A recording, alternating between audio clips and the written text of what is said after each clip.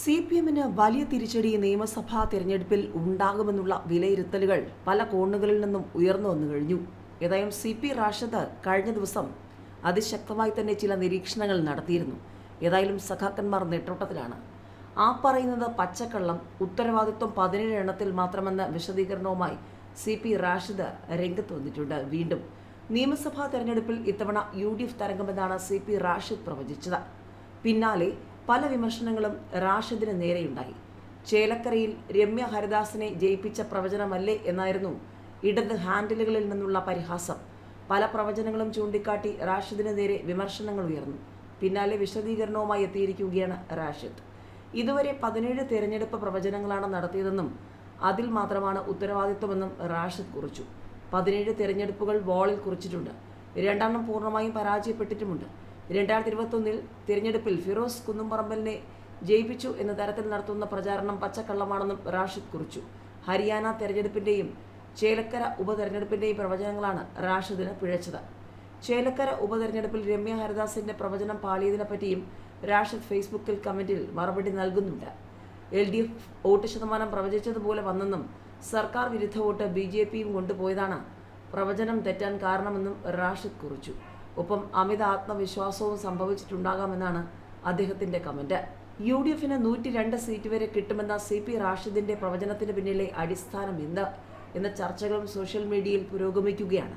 2020 ഡൽഹി നിയമസഭാ തെരഞ്ഞെടുപ്പിൽ ആം ആദ്മി പാർട്ടിയുടെ വിജയം റാഷിദ് കൃത്യമായി പ്രവചിച്ചിരുന്നു.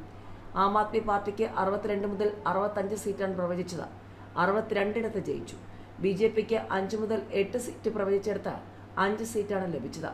കോൺഗ്രസ് സംപൂജ്യരായ തെരഞ്ഞെടുപ്പിൽ കോൺഗ്രസിന് റാഷിദ് സീറ്റുകൾ പ്രവചിച്ചിരുന്നില്ല.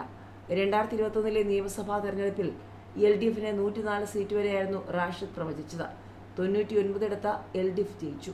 കർണാടക നിയമസഭാ തെരഞ്ഞെടുപ്പ്, തെലങ്കാന, രാജസ്ഥാൻ നിയമസഭാ തെരഞ്ഞെടുപ്പ്, മധ്യപ്രദേശ് നിയമസഭാ തെരഞ്ഞെടുപ്പ്, 2024 പാർലമെന്റ് തിരഞ്ഞെടുപ്പ്, തൃക്കാക്കര, പുതുപ്പള്ളി, പാലക്കാട് ഉപതെരഞ്ഞെടുപ്പടക്കം 17 തെരഞ്ഞെടുപ്പുകളാണ് റാഷിദ് പ്രവചിച്ചത്. അതിൽ ചേലക്കരയും ഹരിയാനയുമാണ് പ്രവചനങ്ങൾ തെറ്റിയത്. തൃശൂരിൽ തിരിച്ചടിക്ക് സാധ്യത. സംസ്ഥാന ഭരണം നേരിയ മാർജിനിൽ LDFന് ഉറപ്പെന്ന CP വിലയിരുത്തൽ. 4 മന്ത്രിമാരും ജയിക്കുമെന്നും വിലയിരുത്തൽ. സംസ്ഥാനത്ത് LDFന് നേരിയ മാർജിനിൽ തുടർഭരണ സാധ്യതയുണ്ടെന്നാണ് CP സംസ്ഥാന നിർവാഹക സമിതി വിലയിരുത്തുന്നത്. 15 മണ്ഡലങ്ങളിൽ പാർട്ടിക്ക് ജയിക്കാനാകുമെന്നാണ് നേതൃത്വത്തിന്റെ നിഗമനം. തൃശൂർ മണ്ഡലത്തിൽ തിരിച്ചടിക്ക് സാധ്യതയുണ്ടെന്നും CP സംസ്ഥാന നിർവാഹക സമിതി വിലയിരുത്തി. ഇതിനൊപ്പം തന്നെ കരുനാഗപ്പള്ളി, മൂവാറ്റുപുഴ എന്നിവിടങ്ങളിൽ കടുത്ത പോരാട്ടമാണ് നടക്കുന്നതെന്നും പാർട്ടി വിലയിരുത്തി. മത്സരിച്ച 25 സീറ്റുകളിൽ 15 എണ്ണത്തിൽ പാർട്ടിക്ക് ജയിക്കാനാകുമെന്നാണ് നിഗമനം. മറ്റ് പല സീറ്റുകളിലും കടുത്ത പോരാട്ടമാണെന്നാണ് വിലയിരുത്തൽ. ഇതിൽ ചില സീറ്റുകളിൽ വിജയിക്കാനാകുമെന്ന പ്രതീക്ഷയിൽ CP വച്ചു പുലർത്തുന്നുണ്ട്. മന്ത്രിമാരായ K രാജനും GR അനിലും മികച്ച വിജയം നേടുമെന്നും CPയുടെ 4 മന്ത്രിമാരും വിജയിച്ചു വരുമെന്നും പാർട്ടി കണക്ക് കൂട്ടുന്നു. അമ്പലപ്പുഴയിൽ നോ കൺഫ്യൂഷൻ. BJP വോട്ടിനനുസരിച്ച് ഭൂരിപക്ഷത്തിൽ മാറ്റമെന്ന കണക്കുകൾ പറഞ്ഞ സലാം. നിയമസഭാ തെരഞ്ഞെടുപ്പിൽ അമ്പലപ്പുഴ മണ്ഡലത്തിൽ വിജയം ഉറപ്പാണെന്ന അവകാശവാദവുമായി LDF സ്ഥാനാർത്ഥി H സലാം.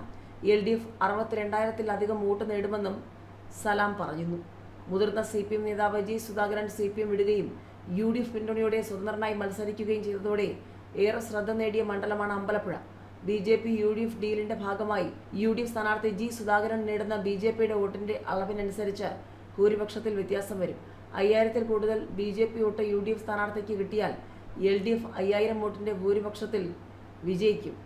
BJP 20,000-ന് മുകളിൽ വോട്ട് നേടിയാൽ LDF ഭൂരിപക്ഷം 10,000 കടക്കുമെന്നും സലാം കുറിപ്പിൽ പറയുന്നു.